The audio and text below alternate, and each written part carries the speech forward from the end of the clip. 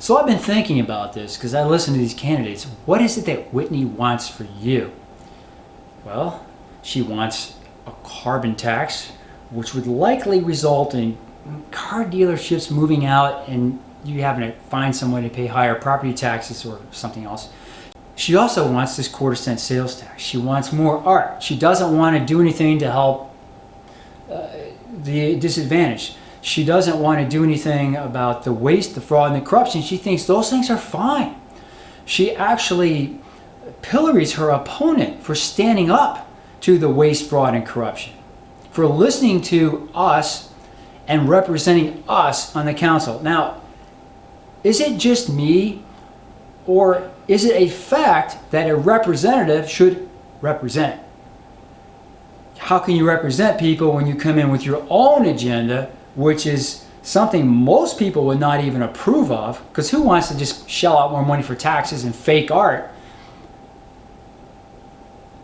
Or is a representative someone who listens and says, yeah, I'm going to stand up for your interests, and when there's a backroom deal, you betcha I'm going to make sure it comes out in the front to the light of day. That's what Dan Leap did, and she says that's bad behavior. She also criticized Dan Leap for being inappropriate at a city council meeting. Now, she talks about Willy Wonka. Yadrich. I live at 9620 West 57th Place. In the interest of transparency, I want to make sure that everyone knows that I am running for the Ward 2 seat for City Council this November. When we look at things like these programs, we talk about climate change on a very global scale. I like to do what I call Mike TV it. It's a reference to Willy Wonka and the Chocolate Factory. Mike TV goes into the machine, he breaks up into thousands of pieces and comes back down right in front of you in a very digestible way that you can understand. Essentially, we can call it what it is, which is a tariff on carbon emissions. Listen to what Dan says at a city council meeting. Dan Leap, 5848 Merriam Drive.